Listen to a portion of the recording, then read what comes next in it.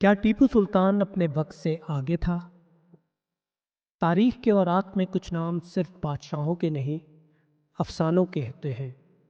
ایک ایسا ہی نام ٹیپو سلطان، ایک ایسا حکمران جو شیر کی طرح جیا اور شیر کی طرح مرا۔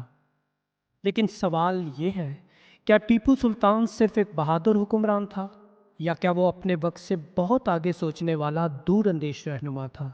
آئیے تاریخ کی گہرائیوں میں جھانک کر جاننے کی کوشش کرتے ہیں۔ ٹیپو سلطان 20 نومبر 1751 کو دیوانی حال میسور میں پیدا ہوا۔ ان کے والد حیدر علی ایک غیر معمولی فوجی جنرل تھے، جنہوں نے ایک عام سپاہی سے میسور کی سلطنت کے حکمران کا سفر طے کیا۔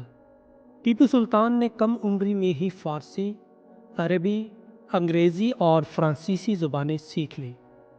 سائنس، جغرافیہ، ہتھیاروں کی تکنیک اور دنیاوی سیاست میں گہری دلچسپی رکھتے تھے۔ ٹیپو سلطان نے سب سے پہلے جدید جنگی راکٹ تیار کیے۔ جی ہاں، وہ دنیا کا پہلا حکمران تھا جس نے اسٹیل کے خول والے راکٹ بنائے جو دشمن پر گر کر پھٹتے تھے۔ بعد میں انہی راکٹوں کا استعمال انگریزوں نے بھی کیا، لیکن برسوں بعد۔ اس کے علاوہ ٹیپو نے اپنی فوج کو منظم کیا، توپ خانے، بندوقیں اور جدید جنگی حکمت عملیاں متعارف کرائیں۔ ٹیپو سلطان نے میسور کو اقتصادی طور پر خود مختار بنانے کا خواب دیکھا۔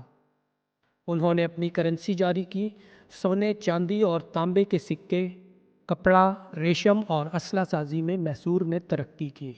ٹیپو نے فرانس، ترکی، ایران اور عرب دنیا سے سفارتی اور تجارتی تعلقات قائم کیے۔ یہ سوچ اس وقت کے لیے حیرت انگیز تھی، جب ہندوستان کے بیشتر بادشاہ صرف اپنے دربار اور شکار تک محدود تھے۔ ٹیپو نے 4 جنگیں لڑیں ایسٹ انڈیا کمپنی سے، اور ہر جنگ میں وہ صرف اپنے اقتدار کے لیے نہیں، ہندوستان کی خود مختاری کے لیے لڑا۔ اس نے فرانس سے مدد مانگی، بحریہ بنانے کی کوشش کی اور ہتھیار خود بنائے۔ جب انگریزوں نے حملہ کیا تو وہ شہید ہو گیا، لیکن غلامی قبول نہیں کی۔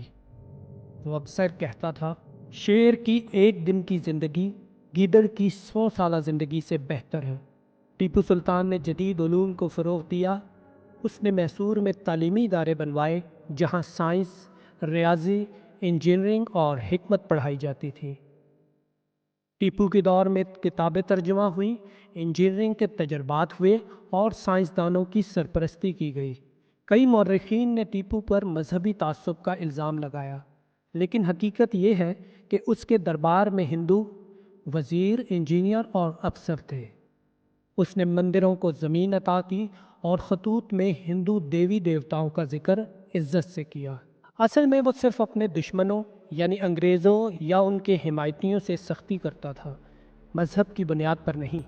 ٹیپو سلطان کے اقدامات دیکھیں: راکٹ ٹیکنالوجی، خود کی کرنسی، صنعتی ترقی، عالمی سفارتکاری، جدید تعلیم، آزادی کا نظریہ۔ یہ سب چیزیں آج کے جدید ریاستی نظام کی بنیاد ہیں، جو اس نے 18ویں صدی میں اپنانا شروع کی تھی۔ ٹیپو سلطان 1799 میں شہید ہو گیا، لیکن ایک سوال آج بھی زندہ ہے۔ اگر ٹیپو کامیاب ہو جاتا تو کیا ہندوستان کی تاریخ کچھ اور ہوتی؟ شاید ہاں۔ وہ صرف ایک سلطان نہیں تھا، وہ ایک ویژنری، ایک انقلابی اور ایک مستقبل بین تھا۔ کیا ٹیپو سلطان اپنے وقت سے آگے تھا؟ تاریخ چیخ چیخ کر کہتی ہے ہاں، وہ اپنے وقت سے بہت آگے تھا۔ اگر آپ کو یہ ڈاکومنٹری پسند آئی تو ہمارے چینل کو سبسکرائب کریں اور کامنٹس میں اپنی رائے ضرور دیں۔ اگلی بار کسی اور مجاہد آزادی یا اسلامی ہیرو کی کہانی کے ساتھ حاضر ہوں گے۔ تب تک کے لیے اللہ حافظ۔